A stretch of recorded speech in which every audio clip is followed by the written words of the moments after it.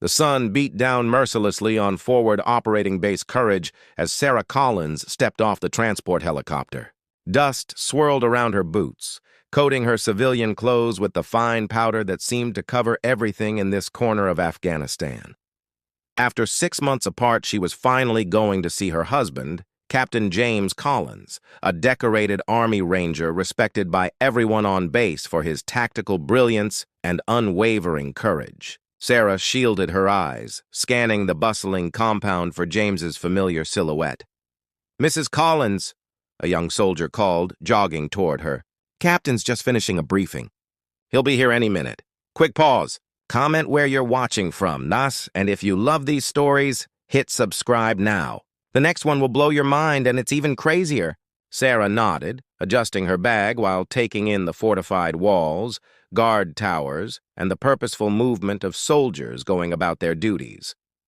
The base wasn't large, but it hummed with focused energy and the unspoken brotherhood of those who faced. Danger together daily. The first explosion came without warning.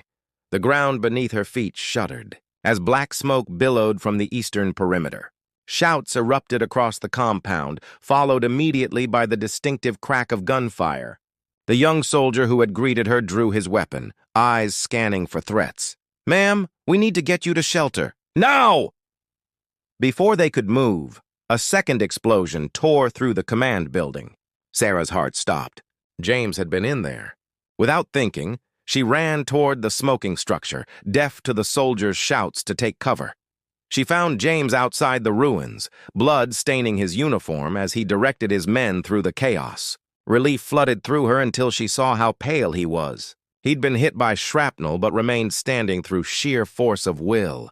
"Sarah," he gasped, spotting her. His next words were cut short as a bullet found the gap in his body armor. James collapsed into her arms, his blood warm against her skin. "Eastern Wall's about to be overrun," he whispered. "Jones needs support.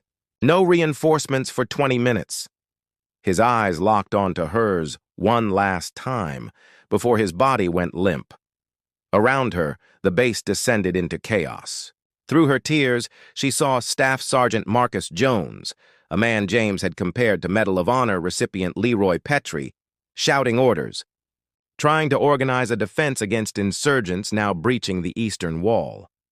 Something shifted inside Sarah. The grief would come later.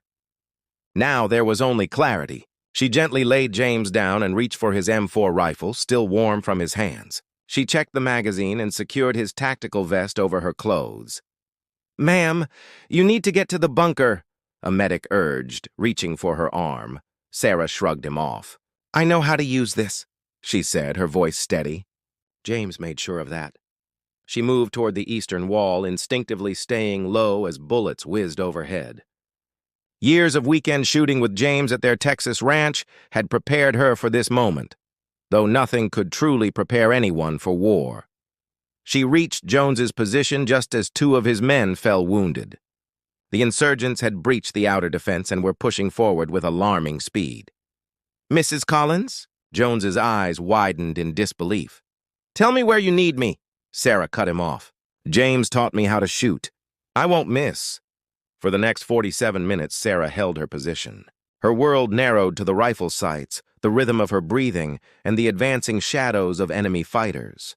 When ammunition ran low, she spotted a pattern in the attack, a vulnerability in the insurgents' approach. "Sergeant," she called to Jones, "we can flank them through the supply corridor." Jones looked skeptical until she outlined her thinking. The same tactical approach James had explained to her months ago. "That's exactly what your husband would suggest," Jones said, a new respect in his eyes. Sarah led a small team, including Lieutenant William Peterson, through the corridor. When they emerged behind the insurgent position, their counterattack created chaos in the enemy ranks and opened an escape route for wounded soldiers trapped on the perimeter. By the time helicopter gunships arrived with reinforcements, the tide had turned. The base held, though at terrible cost.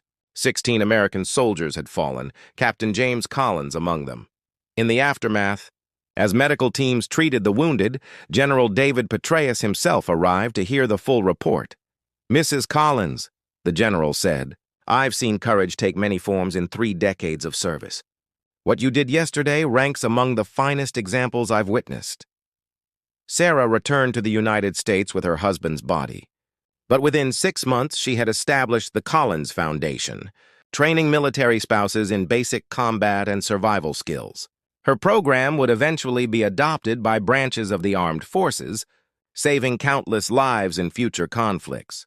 On dark nights, when memory returns her to that dusty outpost, Sarah remembers not the recognition that followed, but the moment of perfect clarity when she picked up James's rifle, how in losing everything, she discovered a strength that stunned an entire base and, eventually, a nation.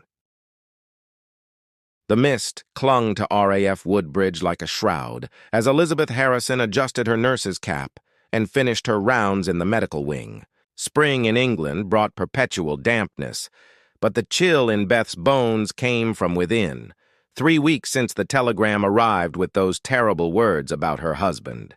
Flight Lieutenant Robert Harrison's Mosquito bomber had been shot down over occupied France. Missing, presumed dead.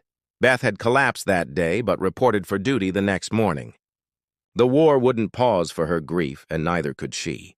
The base hummed with activity as mechanics worked on the latest squadron of Spitfires, aircraft that represented Britain's hope in this darkest hour. "Nurse Harrison," called the ward officer, interrupting her thoughts. "You're needed in operations." Something about Lieutenant Harrison's personal effects. In operations, Wing Commander James "Johnny" Johnson waited, his weathered face grave beneath his distinguished mustache. At 36, Johnson had already become a legend among RAF pilots with 27 confirmed kills. "Mrs. Harrison," he said gently, "we've received intelligence that concerns you directly. Before your husband's last mission, he reported unusual radio transmissions near your cottage. Yesterday, one of our code breakers intercepted a German communication about Operation Spearhead." Beth's confusion must have shown on her face. "We believe German commandos have infiltrated the area," Johnson explained. "Their target is this airfield, specifically our new Spitfires, and they may have used your cottage as a staging area." Beth thought of their small home at the edge of the village. Robert had insisted on keeping his hunting rifle there, a Lee Enfield passed down from his grandfather. "A family should have protection," he'd said, teaching her to use it despite her protests. The air raid siren wailed, not the rhythmic pulse that signaled incoming aircraft, but the sustained howl that meant immediate ground threat. "They're here," Johnson muttered. Reaching for his sidearm, the first explosion rocked the operations building, shattering windows. Through the broken glass, Beth could see dark figures moving across the airfield toward the hangars housing the precious Spitfires. "They'll destroy our aircraft," Johnson said grimly. "Communications are down." An American officer staggered into the room, blood seeping from a shoulder wound. "Captain Miller," he introduced himself through gritted teeth. "U.S. Army liaison. Germans hit our position first," Beth thought quickly. "I can help." Robert's service pistol was returned with his things, and we have a rifle at our cottage. Minutes later, they were slipping through a maintenance gate, Miller wincing with each step, but refusing to stay behind. Inside the cottage, Beth went directly to the locked cabinet where Robert had stored the Lee Enfield. Her hands trembled as she loaded it with the cartridges he had meticulously arranged. "You know how to use that?" Miller asked, eyebrow raised. "My father taught me to hunt as a girl. Robert made sure I kept practicing." They returned to the base using a drainage ditch for cover. The Germans had breached the main hangar area, their demolition teams working efficiently. Beth could see their commander, directing operations from approximately 400 yards away, a challenging shot even in ideal conditions. "I can hit him," she said quietly. Johnson and Miller exchanged glances, but Beth was already settling into position, drawing upon every lesson Robert had taught her. She controlled her breathing, factored in the slight crosswind, and squeezed the trigger. The shot cracked through the air. The German commander fell. Confusion rippled through the enemy ranks, just enough disruption for RAF security forces to mount a counterattack. "My God," Miller breathed. That was nearly impossible. Beth was already chambering another round. "Get to the western barracks. Rally whoever you can find." For the next 20 minutes, Beth provided covering fire as Johnson and Miller organized a resistance. Her position, unknown to the Germans, allowed her to pick off key targets: the radio operator, the demolition expert, the heavy gunner. By the time RAF reinforcements arrived, the tide had turned. The remaining German commandos retreated, leaving behind their explosives. The Spitfires, crucial to upcoming operations, remained untouched. 3 months later, Beth stood in an underground bunker beneath Whitehall, where Winston Churchill himself pinned a medal to her new uniform. Not her nurse's uniform, but that of the Women's Auxiliary Air Force Intelligence Division. "Your husband would be proud," Churchill told her, his voice gravelly but warm. "Britain needs people who can remain steady when facing impossible odds."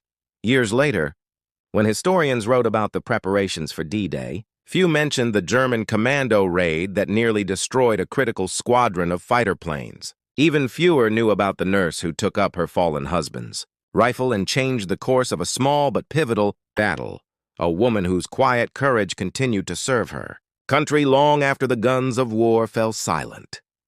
As Beth walked through the corridors of power in post-war London, she sometimes caught glimpses of Wing Commander Johnson or Captain Miller. They would exchange nothing more than a slight nod, an acknowledgement of that misty spring day when an ordinary nurse picked up a rifle and proved that courage wears many uniforms, not all of them military.